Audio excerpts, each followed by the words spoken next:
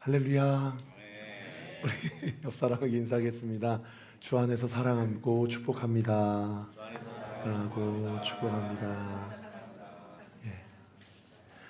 이번 주 목요일 날 목요 찬양 집회 리빌드 공동체에 박강일 선교사님 오시는데, 이분 저랑 나이가 같으세요. 그리고 제가 안산 동산교회 사역했을 때 그 안산에 서울예술대학교라고 있는데 거기에서 이제 미디 작곡 전공하시고, 여러분 잘 아시는 주영훈 작곡가에게 사사받으신 작곡가이신데, 지금 문화선교 사역을 하고 계셔서 이렇게 방황하는 청년들 다 사비로 이렇게 자기 집으로 다 모이게 해가지고 집도 다 구해주고, 그다음에 직장도 알아봐주고 해서 미디랑 이런 어떤 시스템도 다 구축을 해줘서 우리 청년들에게 작곡가로서 비전과 어떤 꿈을 심겨주는 그런 문화 사역을 하고 계시거든요.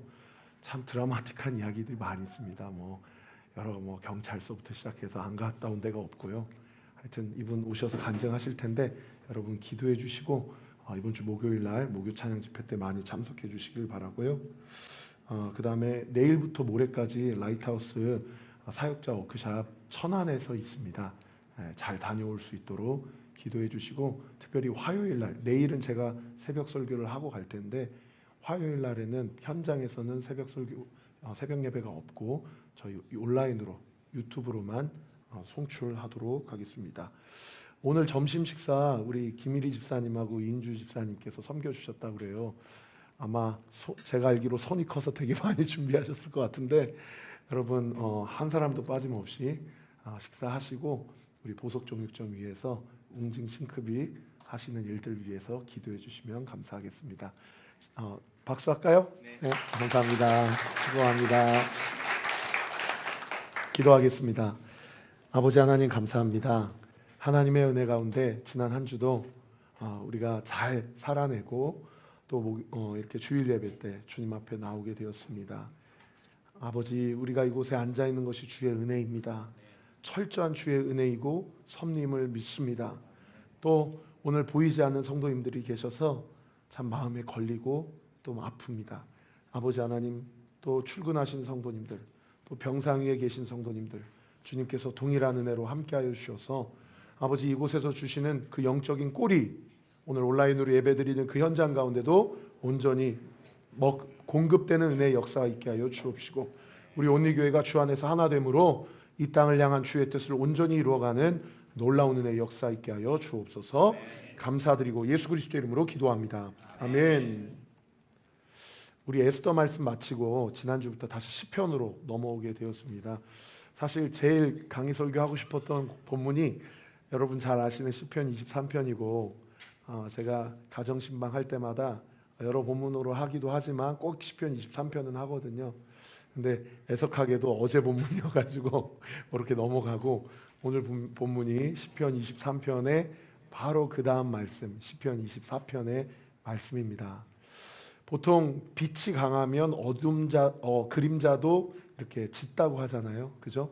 23편이 이렇게 유명하면 유명할수록 24편이 무엇인지 아십니까? 성도님께 여쭤보면 사실 24편의 말씀은 잘 기억되지 않는 그런 말씀이기도 하는데, 감사하게도 우리에게 너무나도 유명한 찬양이 있어서 우리가 아까 찬양한 대로 문들아 머리를 들어라. 그래서 저도 찬양 사역을 참 오래 해왔지만 문이 머리를 드는 거 과연 영적으로 무엇을 의미하는가 늘 그런 어떤 궁금증이 있었거든요. 오늘 본문 24편 우리가 한 말씀 한 말씀 좀 묵상하면서 이 말씀을 통해서 우리 안에 들려야 될 부분들이 들리게 되고, 할렐루야, 그리고 열려야 될 부분이 열리게 되는 은혜의 역사 있게 되기를 우리 사랑하는 성도들에게 예수의 이름으로 축원합니다. 할렐루야. 여러분 오늘 표제가 저자가 누군지를 우리에게 가르쳐주고 있죠. 다윗이라고 이야기를 하고 있어요.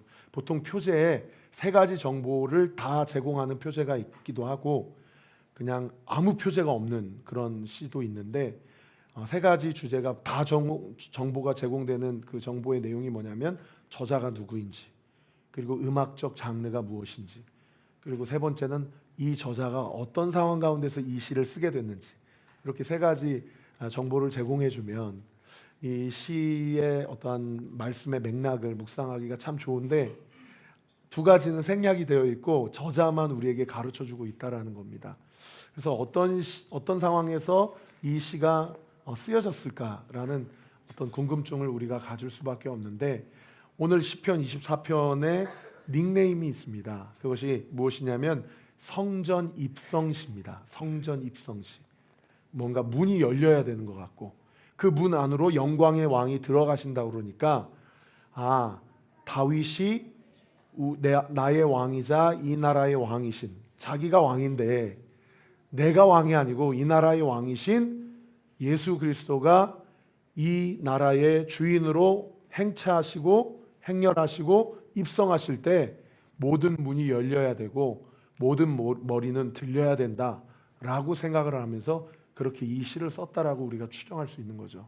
그래서 다윗의 인생 가운데 그런 상황이 언제였나 시제에서 명확하게 규정하고 있지 않기 때문에 언제인지를 알 수는 없지만 많은 학자들이 다윗의 인생을 사무엘 상하를 통해서 열왕기 상하를 통해서 쭉 묵상해 봤을 때 이때 다윗이 이 시를 썼겠구나 라고 하는 그 시점이 어딜까요? 여호와의 법궤가 다윗이 예루살렘 성으로 법궤를 모실 때 그때 이 시를 썼던 것이 아닐까 이제 그렇게 추정을 하게 되는 것이죠. 이제 그 역사적 백그라운드가 되는 본문이 사무엘하 6장과 역대상 15장의 말씀이거든요. 그때 다윗이 모든 그 당시 세계관 안에서 천하를 평정하고 비로소 자기가 왕으로서 절대자로서 이제 옹립이 되었을 때에 다윗이 처음으로 하나님의 법궤를 자신이 수도로 정한 예루살렘 다윗성으로 이렇게 들어오게 되는 그 상황 가운데서 이 시를 썼을 것이다 라고 그렇게 추정을 하게 되는 거죠. 그러면 그 당시 예루살렘 성 수도 안에 법궤가 있었다 없었다? 없었다는 거죠. 어디 있었습니까? 그 이전 왕 사울 왕 시대 때 사울 왕이 법궤를 이용해서 블레셋과의 전쟁에서 어떻게든 한번 승리해 보고자 하나님을 이용하려고 법궤를 앞세워서 전쟁에 임했다가 오히려 된통 이 법궤를 블레셋에게 빼앗기게 된 거예요. 그러고 나서 이 블레셋 민족이 드디어 우리가 이스라엘의 신의 법궤를 빼앗았다 그러면서 이게 복의 통로가 될 것이라고 간직하려고 그랬는데 이 블레셋 입장에서는 율법이 없잖아요. 이 법궤를 어떻게 다뤄야 될지 모르니까 함부로 다루다가 우리 개역 개정판에는 5만 70명이 죽었다. 그래서 5만에 이렇게 가로표가 돼 있어요. 이게 사본이 달라서 그렇거든요. 그래서 신학자들 어떤 신학자는 70명이 그 법궤를 떠들여 보려 하다가 그 자리에서 즉사했다. 그렇게 추정을 하기도 하고 아니다. 정말 그 블레셋 지역에 5만 명 이상 되는 그런 어떤 하나님의 진노와 심판이 임했을 것이다. 그렇게 이야기를 하기도 하죠. 어쨌든 그런 사람들이 죽게 되니까 이 블레셋 민족이 아이고 이거는 축복의 통로가 아니고 이건 심판과 저주의 통로라 법궤가 너무 두려운 거예요. 그래서 자기네 땅에서 가장 가까운 유다 지파의 암미나답의 집으로 그냥 보내버립니다. 그리고 사무엘상 7장에 그 아비나답의 집에 20년 동안 머물게 되었다라고 그렇게 기록이 되고 있어요. 그 일련의 상황 가운데 다윗은 하나님의 법궤를 모실 여력이 안 되는 거예요. 왜요? 누구에게 쫓김당하고 있기 때문에 자신의 장인 어른인 사울에게 쫓김당하고 있기 때문에 이 법궤를 모실 여력도 안 되고 실제로 왕이 되어도 여전히 사울 집안이 시퍼렇게 살아있기 때문에 이스보셋 또는 아브넬 이러한 사울의 군대 장관과 여전히 결투를 하고 있는 상황 가운데 있기 때문에 이게 다윗의 하나님의 법궤를 모실 수 있는 상황이 되지 않다가 드디어 이스보셋과 아브넬을 처리하고 그리고 주변에 있는 모든 이방 민족들을 다 평정하고 자기가 수도를 헤브론에서 예루살렘으로 옮겨서 이제 백향목 궁에 이렇게 의리의리하게 자신이 다윗 이스라엘 역사 중에서 가장 위대하고 강력한 왕권을 어떤 성취했던 그런 왕으로서 그렇게 옹립이 되었을 때 그 다윗이 그의 시선이 어디에게로 모아지냐면 하나님의 법궤로 모아지는 상황 가운데 있었다라는 거죠. 그래서 이제 아비나답의 20년 동안 모아져 있는 그 법궤를 자신이 수도로 정한 예루살렘으로 모셔오려고 그렇게 모셔오는 과정 가운데 있었어요. 근데 이 모셔오는 과정 가운데 이 다윗이 종교적 정치적 정당성을 확보하기 위해서 하나님의 법궤를 이용했다라고 많은 학자들이 그렇게 추정을 합니다. 왜냐하면 그 모셔오는 과정 가운데 하나님께서 명령하신 율법과 매뉴얼을 전혀 지키지 않고 자기 마음대로 가져와 버려요. 그 대표적인 게 두 가지가 뭡니까? 하나는 그냥 아무 사람이나 들게 해요. 그래서 아비나답의 자손들 중에 우사와 아요라는 사람을 통해서 그냥 들게 하죠. 그리고 두 번째는 뭡니까? 그냥 들게 하는 게 아니고 그냥 수레로 끌게 해요. 사람들 고생 안 시키고 이게 편하고 빠르니까 그야말로 편하고 빠른 대로 그냥 그렇게 하는 거죠. 이렇게. 여러분, 우리가 하나님의 말씀대로 살아갈 때에 오늘 이 시대가 얼마나 쉽고 빠른 시대를 살고 있습니까? 그죠? 컨비니언스 라이프잖아요. 빠르고 편한 삶을 추구하는 게 오늘날 이 시대라는 거예요. 그러나 우리 그리스도인들은 분명히 명심해야 됩니다. 쉽고 빠른 게 중요한 게 아니고 하나님의 말씀대로 우리가 살아가야 될 줄 믿어요. 믿으시면 아멘. 그래서 우리도 한번 곰곰이 생각해보고 우리 교회가 앞으로 사역을 하게 되고 하나님 나라를 확장하는 모든 일들에 대해 쉽고 빠른 일을 선택할 것이 아니라 하나님의 말씀 앞에 부합한지 아니면 부합하지 않는지를 꼭 기억하고 모든 사역을 결정하고 그렇게 행해야 될 줄 믿습니다. 여러분, 그것을 위해서 저를 위해서 기도해 주시고요. 우리 한 사람 한 사람의 삶이 편한 삶을 추구하는 선택의 기준이 아니라 하나님께서 어떻게 생각하시는지가 우리의 삶의 결정에 가장 궁극적인 선택의 기준이 되기를 우리 구주 예수 그리스도 이름으로 축원합니다. 그러려면 어떻게 해야 돼요? 우리 안에 하나님을 향한 두려운 마음이 있어야 돼요. 보이지 않다 하더라도 주님이 나를 보고 계신다라는 마음. 그래서 내가 어렵고 힘들 때는 그분이 나를 보고만 계시지 않으시고 도와주신다. 믿으시면 아멘. 그리고 내가 교만하고 내가 편리한 선택을 하고자 할 때는 그분이 나를 채울하시고 훈계하시고 가르치신다. 할렐루야. 그런 은혜가 우리 사랑하는 모든 성도들의 삶 가운데 있게 되기를 우리 구주 예수 그리스도 이름으로 축원합니다. 좋은 일 하려고, 그리고 어떻게 보면 자신의 어떠한 정치적 종교적 어떤 명분을 확보하고자 하나님을 이용하려고 하는 그런 악한 의도가 있었는지는 모르겠어요. 어떻든 그 과정 가운데 사람이 죽었어요. 그러니까 그 국책 사업을 다윗이 중단하게 되죠. 그리고 그 근처에 있는 오베데돔이라는 사람의 집에 이 법궤가 석 달 동안 머물게 되는데, 세상에 이 석 달 동안 하나님께서 이 오베데돔 집에 복을 넘치도록 부어주시는 거예요. 그래서 이 소문이 누구에게 들리게 됩니까? 다윗에게 들리게 되죠. 그리고 내 생각, 내 기준이 아니고 내 판단, 내 이익이 아니라 하나님의 말씀대로 해야 되겠다. 그래서 자기가 실패했던 두 가지를 하나님이 구약 성경에 모세오경에 뭐라고 규정하셨는지를 찾아보게 되고, 아무나 나르면 안 되는구나. 누가 날라야 돼요? 레위 지파가 날라야 돼요. 특별히 레위 지파 안에서도 고앗 자손이 날라야 됩니다. 그래서 제사장 사독과 아비아다를 앞세워서 고앗 자손에게 수레로 날르지 않게 하고 어떻게 날르게 합니까? 등에 지게 합니다. 대가지불을 하게 해요. 여러분, 우리가 하나님의 나라의 영광과 하나님의 사명을 감당하기 위해서는요, 대가지불이 필요합니다. 대가지불이 필요해요. 제가 목이 이렇게 나간 것도 우리 성도님들을 위해서 기도하고 영혼을 살리는 그 현장 가운데 대가지불을 하는 거예요. 우리 스태프팀이 이렇게 예배가 하나님 앞에 잘 올려드릴 수 있도록 오늘 8시부터 와가지고 저렇게 리허설하고 저렇게 손발을 맞춰보고, 찬양팀이 9시부터 와서 이렇게 손발을 맞춰보고, 성도님들 밥 한 끼라도 잘 대접하는 것이 하나님이 나에게 주신 기쁨입니다. 우리 성도님들이 이렇게 저렇게 섬기고, 중보기도 팀이 모여서 기도하고, 주일학교 팀이 모여서 아이들을 품고, 이런 대가지불이 필요한 게 뭐예요? 그것이야말로 하나님 나라와 영광을 위해서 땀과 눈물과 기도의 헌신이 있기 때문에 우리의 교회가 여기까지 온 줄 믿으시기를 우리 구주 예수 그리스도 이름으로 축원합니다. 사랑하는 성도 여러분, 우리가 여기까지 오기에 부모님들의 대가지불이 있었어요. 우리 교회가 여기까지 오기에 헌신된 자들의 대가지불이 있었고요.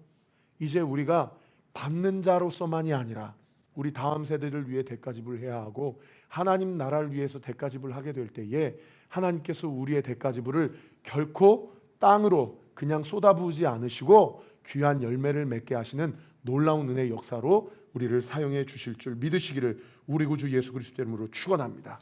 그렇게 말씀대로 순종하며 대가 지불하고 드디어 하나님의 법궤가 하나님의 방법대로 예루살렘 성에 입성을 했어요. 다윗이 난리가 난 거죠. 막 자기가 알고 있는 모든 성가대와 악기들을 다 동원해가지고 댄스팀을 다 동원해가지고 악기를 부르면서 나팔을 부르면서 수금과 비파를 타면서 자기의 바지가 흘러내려가는지도 모르고 거기서 오시구나, 드디어 하나님이 이 예루살렘 성에 입성하셨다 그러면서 문들아 머리를 들어라, 영광의 왕이 오신다 라고 하면서 오늘 본문에 말씀을 쓴 것이죠. 그게 사무엘하 6장의 말씀이거든요. 그러고 나서 사무엘하 7장에 어떤 언약이 하나님과 다윗 사이에서 체결이 되게 됩니까? 그 유명한 다윗 언약이 하나님과 다윗에게서 체결이 되게 돼요. 여러분, 구약 성경에서 어떤 신학자는 창세기 1장부터 말라기 끝장까지 가장 중요한 한 장만 꼽으라고 한다면 주저없이 사무엘하 7장을 꼽습니다. 다윗 언약이 모든 언약을 갱신시키는 최고의 언약이라고 얘기를. 왜요? 그 이전에 아담 언약, 아브라함 언약, 모세 언약, 이 모든 언약은 다 어떤 언약이냐면 조건부적 언약이에요. 네가 이렇게 하면 내가 이렇게 해주고, 네가 이렇게 하면 너는 이렇게 될 거야. 이게 다른 이전의 언약들의 특징이거든요. 근데 다윗 언약의 특징은 뭐냐면 네가 어떻게 살든지 나는 너의 왕위를 견고하게 해줄 거야. 네가 어떻게 하든지 나는 너를 결코 떠나지 아니할 거야. 무조건적인 언약의 효시가 다윗 언약입니다. 여러분, 우리는요 조건부 언약을 믿고 주 앞에 나온 자들이 아니에요. 우리는 무조건적인 언약을 받은 자들이에요. 다윗은 예수님을 상징하기 때문입니다. 사랑하는 성도 여러분, 여러분의 삶이 어떠하든지 간에 나를 향한 예수님의 사랑은 절대 포기할 수가 없습니다. 믿으시면 아멘. 그러므로 여러분의 믿음의 소망과 여러분의 믿음의 포인트를 나의 어떠함에 두지 마세요. 나를 위해서, 나를 구원하시기 위해, 나에게 복 주시기 위해, 나와 함께 하시기 위해, 나를 사랑하시기 위해서 모든 대가 지불을 다 치르신 예수 그리스도께 여러분의 믿음의 소망을 두는 은혜가 있게 되기를 예수님의 이름으로 축원합니다. 사무엘하 7장이거든요. 하나님, 나는 이렇게 좋은 곳에서 사는데 우리 하나님의 법궤는 저렇게 천막 조가리 밑에 있는데 내가 주님을 위해서 집을 짓고 싶습니다. 주님, 나에게 집을 지을 수 있는 특권을 허락하여 주십시오 라고 얘기를 하니까 하나님께서 나단 선지자를 보내서 다윗에게 이렇게 얘기를 하는 거예요. 사무엘하 7장 11절 12절 말씀인데 제가 읽어드릴게요. 여호와께서 또 내게 이르노니 여호와가 너를 위하여 집을 짓고 내 수완이 쳐서 내 조상들과 함께 누울 때에 내가 내 몸에서 내 씨를 내 뒤에 세워 그의 나라를 견고하게 하리라. 야, 네가 나를 위해 집을 짓는다고? 참 가짜구나. 나는 이 우주, 이 모든 만물을 다 창조한 나는 여호와 하나님인데 네가 나를 위해, 내가 몸을 처소를 짓는다고? 참 같지 않구나. 하지만 그 하나님을 향한 다윗 마음 가운데 그 중심을 보신 거예요. 중심을 보신 거예요. 그러면서 하나님이 다윗에게 오히려 무엇을 제안해 주세요? 내가 너를 위해서 집을 지어주겠다. 그러면서 영원히 무너지지 않는 다윗의 왕권을 약속해 주시는 무조건적 언약을 체결하신다라는 겁니다.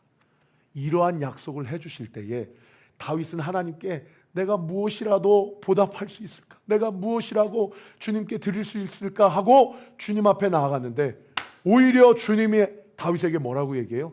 내가 너의 왕위가 영원히 견고하게 해주겠다라는 생각지도 못한 축복을 받은 거예요. 그러니까 세상에 사무엘하 7장 마지막 구절에 이 하나님의 축복과 말씀 앞에 다윗이 뭐라고 응답합니까? 이렇게 응답합니다. 같이 한번 읽어볼까요? 시작. 다윗 왕이 여호와 앞에 들어가 앉아서 이르되 주 여호와여, 내 집은 무엇이기에 나를 여기까지 이르게 하셨나이까? 따라합시다. 주 여호와여, 나는 누구입니까? 나를 왜 여기까지 이르게 하셨나이까? 다윗이 하나님을 만나고 고백한 게 두 가지예요. 주님, 나는 누구입니까? 주님, 내가 누구이길래 내가 여기까지 올 수 있게 되었나이까? 라고 고백한 거예요.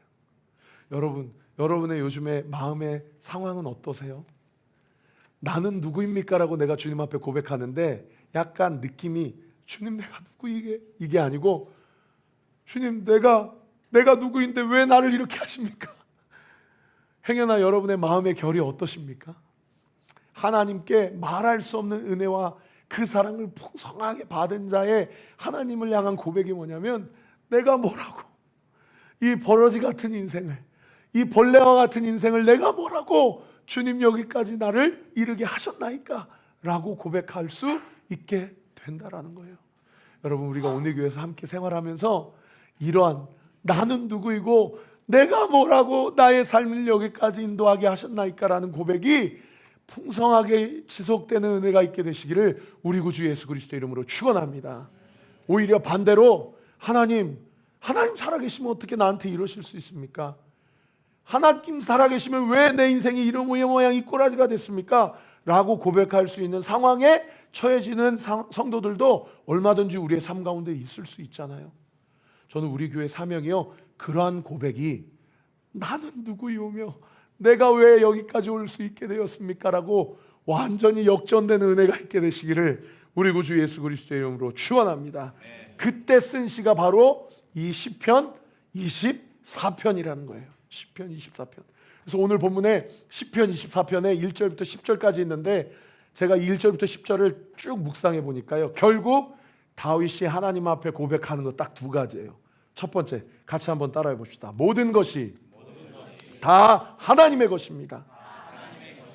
이거 제가 시킨다고 따라하지 마시고 한번 눈을 감아 보세요. 그리고 한번 정말 이 고백이 오늘 그리고 지금 나의 이 상황과 형편에서 정말 이것이 목사님이 한번 해보라고 그래서 해보는 것이 아니라 정말 이 말씀, 이 고백이 맞습니다. 주님, 정말 모든 것이 다 나의 것이 아닌 하나님의 것입니다 라고 인정되시는 분만 같이 한번 좀 따라해 주세요. 따라합시다. 모든 것이 다 하나님의 것입니다. 모든 것이 다 주님의 것입니다. 할렐루야. 오늘 본문 1절 말씀 우리 같이 한번 읽어볼까요? 시작. 땅과 거기에 충만한 것과 세계와 그 가운데 사는 자들은 다 여호와의 것이로다. 여러분, 다윗과 사울이 다른 점이 이거예요. 다윗과 솔로몬이 다른 게 이거라는 거예요. 사울도 처음에는 내가 뭐라고 초대 왕이 되어야 됩니까? 이랬던 사람이거든요. 그런데 왕이 되고 나서 마음이 완전히 바뀐 거예요. 자기가 가지고 있는 왕권을 가지고 직권 남용을 하는 거죠. 자기의 원수를 죽이는 데 사용하고 공권력을 동원하고, 그리고 전쟁에서 이겼는데 하나님이 이기게 하신 것을 까먹고 전리품을 다 입마에 포켓하고, 이렇게 사람이 변질되어 간다라는 것이에요. 여러분, 이게 어찌 사울만의 이야기입니까? 우리들도 얼마든지 그럴 수 있어요. 말로는 하나님의 것이라고 이야기하지만 내 속마음 중심으로는 여전히 내가 생각하고 싶은 대로, 내가 결정하고 싶은 대로, 내 소견에 옳은 대로 그렇게 나의 시간을 드리고 나의 재정을 드리고 나의 열정을 드리고 나의 은사를 들어가는 삶이 오늘날 이 시대를 살아가는 그리스도인들의 변질된 삶이 아니냐 이 말이에요. 우리 안에 정말 나에게 주어진 것이 다 하나님의 것임을 믿습니까? 나에게 주어진 것이 다 주님의 것임을 믿습니까? 여러분, 나에게 주어진 것이 내가 가지고 있는 내 것이 아닌 하나님이 나에게 주신 것이라는 것을 인정하는 은혜가 있게 되시기를 우리 구주 예수 그리스도 이름으로 축원합니다. 다윗이 왕이 됐어요. 다 평정했어요. 내부적으로는 전임 왕의 집안도 피 하나 안 묻혔어요. 오히려 자기가 죽일 수 있었는데 하나님의 기름 부어 세운 자를 자기가 할 수 없다고 그래서 자기 집안끼리 내분이 일어나서 이스보셋도 아브넬도 다 그렇게 멸족했어요. 이제 누구도 자신의 왕권에 대한 정당성을 의심하는 자가 없어요. 의심하는 자가 없어요. 그리고 외부적으로도 다 평정했어요. 모압, 암몬, 에돔, 아말렉, 블레셋 다 평정했어요. 그런데 다윗이 그 첫 마음 초심을 잃지 않고 이렇게 내가 은혜를 받고 복을 받은 건 다 하나님의 거지 내 거 아닙니다 라고 그렇게 고백하는 거예요. 사랑하는 성도 여러분, 우리 그렇게 순간순간 사십시다. 다 주님의 것입니다. 제가 우리 성도님들 위해 기도하면요, 어느 순간에는 이렇게 되고 이렇게 되고 이렇게 돼서 목사님이 기도해 줬더니 세상에 우리 자녀 문제가 이렇게 해결됐어요. 목사님 기도해 줬더니 우리 사업 문제가 이렇게 해결됐어요. 목사님 기도해 줬더니 제 건강 문제가 이렇게 해결됐어요. 저도 이게 우상이 되는 거예요. 목사님이 기도해 줬더니 됐다. 목사님이 기도해 주니까 이렇게 됐다. 그래서 그런 소문이 막 나서 우리 교회가 부흥되고 잘 되고 막 이런 인본주의적 만몬주의적 신앙이 제 안에 기도할 때마다 하나님이 얼마나 저를 직면케 하시는지 보여요. 여러분, 제가 뭐예요? 저는 아무것도 아니에요. 저는 아무것도 아니에요. 저는 그냥 기도할 뿐이에요. 그리고 우리가 함께 기도할 때 우리의 것은 아무것도 없지만 내 생각대로 움직여주지 않는 자녀의 문제, 내 계획대로 움직여주지 않는 사업과 재정의 문제, 내 마음대로 움직여주지 않는 모든 건강의 문제, 여러분, 하나님의 때 하나님의 방법대로 하나님의 계획대로 그렇게 응답될 거예요. 믿으시면 아멘. 왜요? 다 하나님의 것이기 때문이에요. 중요한 건 뭡니까? 우리의 생각과 계획대로 응답되지 않더라도 이것조차도 다 주님의 것임이라고 우리가 고백하고 인정할 수 있느냐는 거예요. 그러므로 사랑하는 성도 여러분, 여러분이 지금 직면하고 있는 문제와 관련해서 스트레스 받지 마세요. 너무 그렇게 염려 가운데 휩싸이지 마세요. 그 문제 또한도 하나님의 것임을 인정하는 은혜가 있게 되시기를 우리 구주 예수 그리스도 이름으로 축원합니다. 그렇게 인정이 되니까요, 기도의 자리가 이거 응답 안 되면 어떡하지? 목사님이 그렇게 선포했는데 그렇게 이렇게 안 이루어지면 어떡하지? 이 조급한 마음, 나 우상 삼는 이 마음, 나의 이 교만함, 이런 어려운 마음들이요, 기도의 자리에서요 눈 녹듯이 사라지더라고요. 왜요? 내 자람도 하나님의 것이요, 할렐루야. 나의 문제도 하나님의 것이요, 할렐루야. 여러분, 그러한 은혜로 여러분이 지금 직면하고 있는 모든 영적인 디프레스와 스트레스를 그 문제 한복판에서 그 문제의 주권이 하나님임을 인정하고 여러분 주 안에서 자유함을 입는 은혜의 역사 있게 되시기를 우리 구주 예수 그리스도 이름으로 축원합니다. 조금 있다가 등대 모임 때 한번 나눠보세요. 요즘 나의 삶 가운데 나의 이 문제가 이렇게 주님께서 해주시면 좋겠다라고 하는 나의 생각이 무엇인가? 여러분, 이 질문 서로 등대 모임에서 나눌 때 여러분 마음 가운데 저에게 하나님이 은혜 주셨듯이 혹여나 여러분 속에 안에 있는 우상이 드러나는 은혜의 역사가 있게 되기를 그리스도의 이름으로 축복합니다. 그런가 하면 두 번째로요, 따라합시다. 하나님이 원하시는 것은 거룩입니다. 하나님이 원하시는 것은 무엇이라고요? 거룩이라는 거예요. 하나님이 원하시는 것은 잘 되는 게 아니라는 거예요. 물론 잘 되는 게 내가 생각하는 기준을 저는 이야기하는 것입니다. 하나님이 원하시는 것은 잘 되는 것 이전에 거룩이라는 거예요. 오늘 본문 4절의 말씀 우리 같이 한번 읽어보겠습니다. 시작. 곧 손이 깨끗하여 마음이 청결하며 뜻을 허탄한 데에 두지 아니하며 거짓 맹세하지 아니하는 자로다. 할렐루야. 따라합시다. 손이 깨끗하며, 따라합시다. 마음이 청결하며, 따라합시다. 뜻을 허탄한 데에 두지 아니하며 거짓 맹세하지 아니하는 자로다. 여러분, 하나님이 원하시는 것은 손이 깨끗하고 마음이 청결하고 뜻을 허탄한 데 두지 아니하고 거짓 맹세하지 아니하라는 것이에요. 여러분, 놀랍죠? 우리는 이렇게 되면 하나님 나를 통해 영광 받으실 거야. 그러면 많은 사람들이 마치 맛집을 찾아가듯이, 마치 다단계 하시듯이, 어떻게 해서 그렇게 성공했어? 그 비결이 뭐야? 내가 하나님 앞에 기도하니까 그렇게 됐어. 그러니까 너도 예수 믿고 기도해. 그럼 네가 기도하는 거 다 잘 될 거야. 우리는 이렇게 생각해요. 근데 하나님은 우리에게 원하시는 게 뭐라는 거예요? 손이 깨끗한 거예요. 마음이 청결한 거라는 거예요. 뜻을 허탄한 데 두지 아니하라는 거예요. 거짓 맹세하지 아니하라는 거예요. 저는 설교 준비할 때마다 어떤 유혹을 받는지 아세요? 여러분, 저 위해서 기도해 주세요. 저는 설교 준비할 때마다 설교에 펌프질하는 거, 팝콘 튀기듯이 이렇게 튀는 거. 그래서 살을 붙여가지고 뭔가 더 자극적으로, 뭔가 더 극단적으로, 뭔가 저 성도들의 감정을 터치할 수 있는 그런 유혹을 받아요. 그러면 하나님의 역사가 나타나고 그냥 밍밍하고 진리를 진리 그대로 전하면 하나님이 일 안 하십니까? 여러분은 어떠세요? 여러분은 여러분의 삶 가운데서 어떤 유혹을 받으세요? 여러분, 하나님이 원하시는 것은 우리의 마음과 우리의 뜻을 허탄한 데 두지 아니하고 청결한 마음 깨끗한 손으로 거짓 맹세하지 아니하며 하나님이 일하시는 대로 하나님의 인도하심을 받기로 결단하는 것. 거기에 그 어떤 MSG도 치지 않더라도 하나님의 하나님 되심이 드러나고, 할렐루야, 하나님의 영광이 하나님께로 온전히 돌림받는 그 삶. 여러분, 우리 그러한 삶을 사십시다. 여러분, 우리 주님이 우리를 살리시기 위해서 하신 일이 뭐예요? 우리 주님이 우리를 살리시기 위해서 하신 일이요, 어떤 성도님들은 이렇게 얘기하세요. 성육신 하시고 이 땅 가운데 오시는 것이다. 맞아요. 그런데 여러분, 성육신 하시고 이 땅 가운데 오시기 전에 뭘 해야 하는지 아세요? 나를 사랑하셔야 돼요. 그래야 성육신이 가능해요. 나를 사랑해야 돼요. 아멘입니다. 제가 이거를 놓칠 때가 있어요. 우리 성도님들이, 목사들이 잘못하는 게 뭐냐면, 교회 숫자로 그 교회 크기를 결정하고, 그 교회 가격을 결정하고, 그 교회 경매 나오는 걸 결정하고, 그런 시대를 살고 있어요. 하나님, 사꾼 목자 되지 않게 해주세요.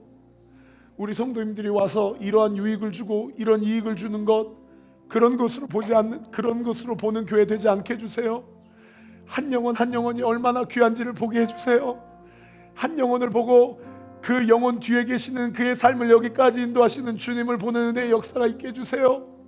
1박 2일 동안 푸른숲 동산교회 수양회를 섬기면서 이요한 목사님이 21분의 성도님들에게 마지막 시간에 도전하면서 잠깐 2분 동안 시간 드릴 테니까 한번 3가지만 써보라고. 첫 번째, 10년 후에 나의 모습을 한번 써보라고. 두 번째, 10년 후에 우리의 가정의 모습을 한번 써보라고. 세 번째, 10년 후에 우리 교회의 모습을 한번 그려보자고. 한 2, 3분 시간 주더니 그거 한번 써보라고 그러더라고. 그리고 성도님들이 나와가지고 한 분씩 간증을 하는데요, 자기가 남편을 사랑하지 못했습니다. 남편이 그냥 어떻게 하다 보니까 그냥 이렇게 만나게 됐고 결혼하게 됐고 자식 낳고 이러고 살아가지, 하나님께서 자기 남편을 사랑해야 될 사람으로 주셨는데 사랑하지 않고 이용해야 될 대상으로 생각했던 저의 죄를 용서합니다. 회개합니다. 주님, 저를 용서해 주세요. 그리고 내려가. 그러니까 그 다음에 남편이 또 올라와서 뭐라 그래? 자기가 아내를 사랑하지 못했습니다. 자기가, 내 아내가 이용의 대상이지 사랑의 대상이 아니었다는 거예요. 푸른숲 동산교회가 그거를 깨닫게 해주셔서 감사하다라고 하나님 앞에 영광 올려드립니다. 여러분, 뻥튀기 하지 않아도 돼요. 주님이 하신 일들 뭐예요? 나를 사랑하신 일이에요. 그리고 내가 주님을 사랑한 일들을 기념하고 고백하고 흘려보낼 때에 여러분, 우리의 삶, 하나님께서 우리를 통해 하신 일들을 하나님 영광 받으시고 우리 교회를 통해서 그 사랑이 필요한 자들에게 그 사랑을 흘려 보내주실 줄 믿으시기를 우리 구주 예수 그리스도 이름으로 축원합니다. 여러분, 오늘 큐티책 275페이지에 오경진 성도님의 간증을 집에 가서 한번 읽어봐 주셔요.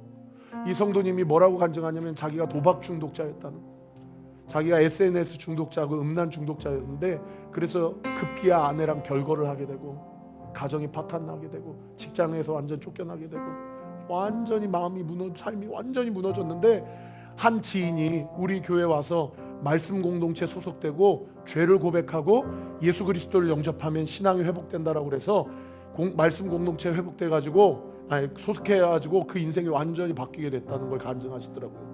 근데 제가 왜 이 말씀을 드리냐면, 거기에서 끝이 아니었다는 거예요. 자기 자신이 말씀 가운데서 무엇을 회개하게 됐냐면, 자기가 도박 중독에 빠진 것, SNS 중독에 빠진 것, 자기의 음란 중독에 빠진 것, 술 중독에 빠진 것만 자기는 회개했다는 거예요. 그런데 말씀 공동체에서 하나님이 자기에게 사랑을 퍼부어 주시는데, 나 같은 벌레 같은 인생을 사랑하시고 구원하셔서 이 땅 가운데 오셔서 나의 모든 죄값을 십자가에서 홀로 다 담당하셨다? 이게 믿어지고 깨달아지기 시작하면서 초반에는 자기의 행위에 대한 죄만 회개했다는 거예요. 근데 공동체 안에서 성령께서 자기 마음 가운데 무엇을 조명시켜 주냐면, 아내를 사랑하지 않는 죄, 세상의 세태 가운데서 그대로 자기의 마음을 열어놨던 죄, 그리고 마음 문을 닫고 주님이 더 깊게 들어오는 것을 두려워하고 밀어냈던 죄. 처음에는 행위에 대한 죄만 회개했는데 나중에는 어떤 죄를 회개했다고 그래요? 자기 심중에 있는 죄의 본질에 대해서 그리스도께서 조명시켜 주셨다라고 간증하시더라고요. 요즘 남편들 사랑하고 계십니까? 요즘 아내를 사랑으로 품고 있습니까? 여러분, 행위를 얘기하는 거 아니에요. 주님이 나를 사랑하셔서 이 땅 가운데 오신 것, 그 이 땅 가운데 오신 주님이 이 땅 가운데만 오신 것이 아니고 우리 마음 가운데도 들어오셨어요. 믿으시면 아멘. 우리의 마음은 2000년 전에 이 땅 가운데 들어오신 냄새나는 말 마구간보다도 훨씬 더 더러운 것이에요. 그 마음 반에 주님이 우리 가운데 들어오셨어요. 그리고 그 더러운 마음 한복판에서 주님이 그 마음을 당신의 처소로 삼으시고 좌정하셔서 우리의 마음을 붙잡고 계시고 우리의 마음을 채울하시고 우리의 마음을 깨닫게 하시고 회개케 하신다라는 거예요. 사랑하는 성도 여러분, 주님의 입성하시는, 내 마음 가운데 들어오시는 그 주님의 입성과 좌정과 임재 가운데서 여러분 마음의 중심에 회개해야 될 것이 있다면 주님 앞에 진실되게 회개하는 은혜가 있게 되시기를 예수님의 이름으로 축원합니다. 그리고 그 회개한 그 마음 가운데 내 힘으로 사랑하는 사랑이 아닌 그리스도께서 나를 사랑하신 그 사랑으로 여러분의 마음이 충만해져서요, 여러분, 사랑으로 충만한 자는 어떠한 결과가 도출되는지 아십니까? 절대 사람 앞에 비굴해지지 않아요. 절대 사람을 의지하지 않아요. 절대 꼬이고 막혀있는 상황과 형편 앞에 절대 마음이 쭈그러지지 않습니다. 여러분, 사랑받는 자녀는 어디 나가도 담대하듯이 그리스도의 사랑으로 풍성한 성도는 어떤 상황, 어떤 형편 가운데 서서 담대하게 그 상황을 뚫어내는 은혜의 역사 있는 줄 믿으시기를 우리 구주 예수 그리스도의 이름으로 축원합니다. 주신 말씀 가지고 함께 고백합시다.